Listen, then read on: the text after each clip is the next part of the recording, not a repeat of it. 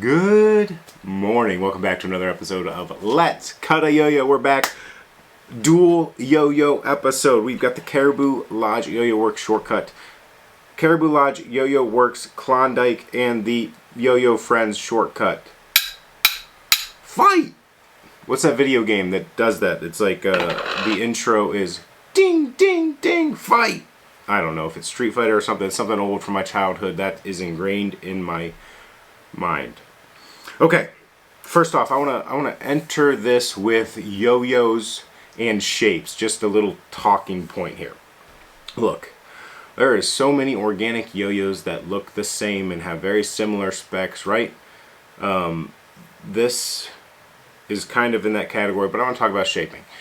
Yo-yos, we have so many yo-yos available to us in such a small category of size that is playable. So we're obviously going to run into some similarities. And there's also nothing really legally you can do on a shape or a colorway for that matter. So it comes down to ethics of each brand to make each thing their own and not just copy something. So this is a very popular shape right now, the fat wide rim with thick stainless steel bimetal. I would say Klondike is the leader in the clubhouse there with making it popular. The Papercut came out with almost identical specs, but in the hand, we'll talk about it, and in person you can see that they made it their own with the rounded rims. In the hand it's very different. On paper, looks the same.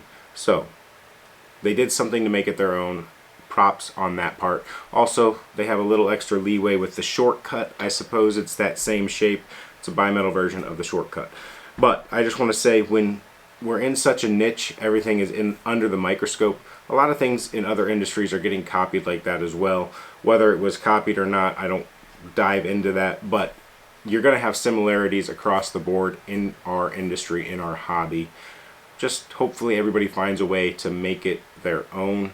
Don't directly copy it. This shape is popular right now. There's many different ones in the market for this shape. It's just this was, I would call it, the most popular at the moment, and then this one hit almost the exact same specs. To muddy the waters a little bit though, if Yo-Yo Friends made the Klondike, that I don't know if it did or did not, that would have been an extra issue if they didn't have the shortcut and if they were a little bit closer without the rounding. The OEM, a manufacturer, kind of has a responsibility not to directly to compete, or to definitely to compete that closely, in my opinion. So that could have muddied the waters a little bit. I just wanted to bring that up. There's no real issues here, I don't believe, on the shaping. There's a lot of yo-yos in that shape category. They kind of made it their own. They also had the previous monometal in the same shape, but the rounding in person is definitely like there's no man, you could interchange these. It's not even close. The rounding makes them very different. With that said, we're going to do the quick review on both and then show the cross sections. So first up, online, we're going to do the Klondike first. It's listed at 55.6 by 45.1.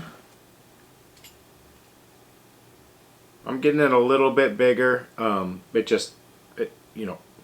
getting it 55.8 basically by 45. And then the weight is 65 grams. 65.2, so yeah, right there. Papercut's listed at 55.5 by 45 and 63.5 grams. I'm getting the Papercut smaller at 55.2. Yes, by 45. 63.7. So if I take my measurements, that's a pretty big difference, where on paper, on Yo-Yo Expert's website, they are looking like the same diameter, but to me, there's 1/2 millimeter in difference, and if you look at them here, I'm going to give you a close-up, you can see the difference, so that's going to lead me to believe that there is 1/2 millimeter, because if it was less than 1/2 millimeter, you wouldn't be able to see that difference in diameter there. So let's test them out. We'll go Klondike first, which is the heavier of the two by 1.5 grams. This is not going to be your in-depth review. This is my quick impressions, guys. In all reality, you can get the idea if you've played a lot of yo-yo on how a yo-yo plays pretty quickly.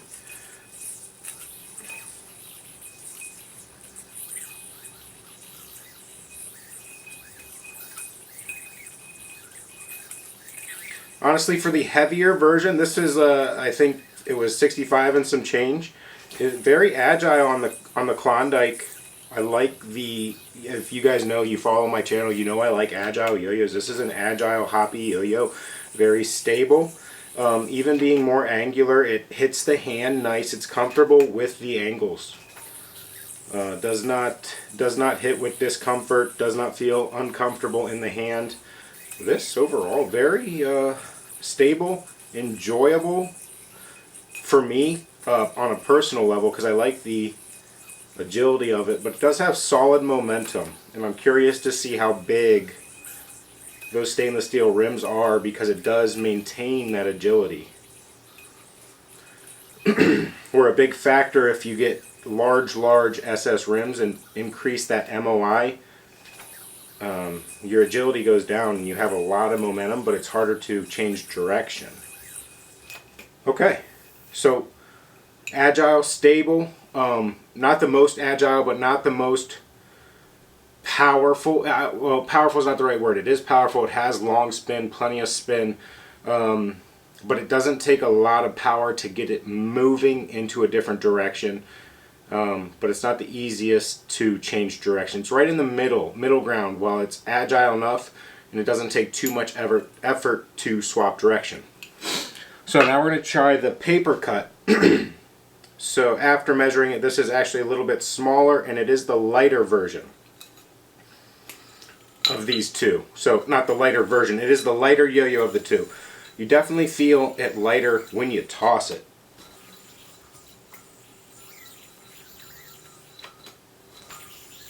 Feels faster. I'm not that fast of a player at all, but you can feel when a yo-yo is rolling. Comfort in the hand is increased with those rounded edges.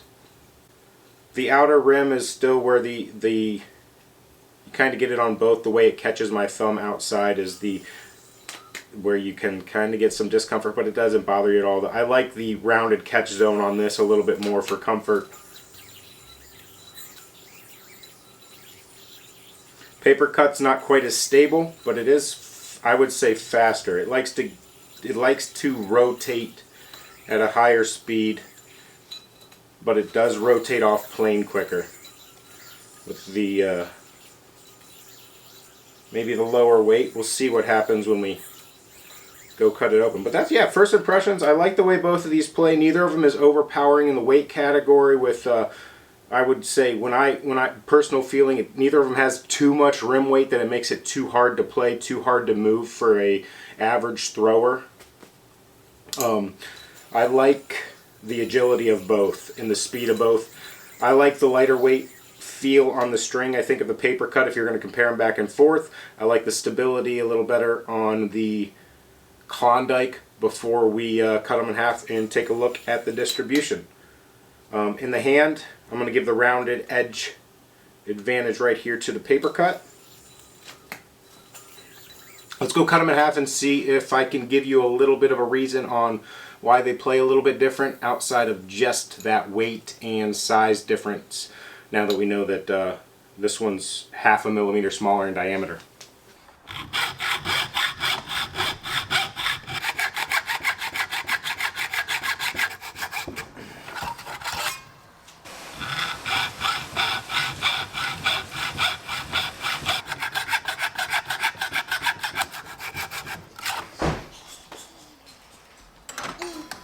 Hi! It's screaming at you. Hello, Daddy. Hello. Okay, let's see if there's anything to learn here. We knew that the Klondike was a little more stable. and had a little more momentum, not quite as quick. Papercut, a little bit smaller, a little bit lighter, and played faster. Not a lot of difference outside of the stability where the Klondike was more stable, which made me believe that there's more rim weight. And that also plays into the more momentum and not quite as quick off the rip, right? But that also could be just a little bit of the overall weight, a gram and a half, I forget exactly, that could play into that. Overall, I'm not going to give you the exact weight of the rings, just that might break it down a little bit too much that I don't want to do. But the Klondike rims are 1 gram heavier on each side. So overall, 2 extra grams in the stainless steel on the Klondike over the Papercut. That's where you're getting that extra stability from for the most part in the play when you compare the two back and forth. Where the Papercut's a little bit lighter on the rim, that's where you get the quicker speed to pick up and go right off the rip, along with the weight overall off the start. Overall, center weight, mid weight, pretty similar, just a little extra rim weight on the Klondike.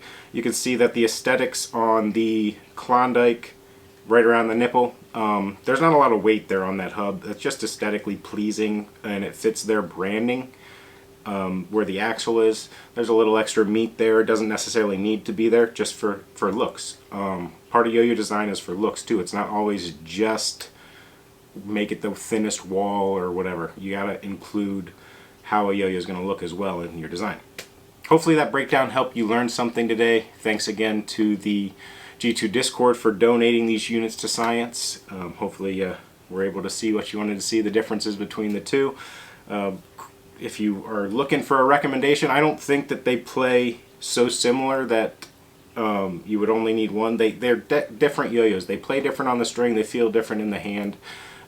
They definitely do not fall into the same yo-yo. They're definitely different is what I would come away with after playing them and seeing the differences inside, even though they look so close on the spec sheets, and then even the breakdown here, seeing them cut. That's it for today's episode. Drop a like if you're ready for my take on this shape.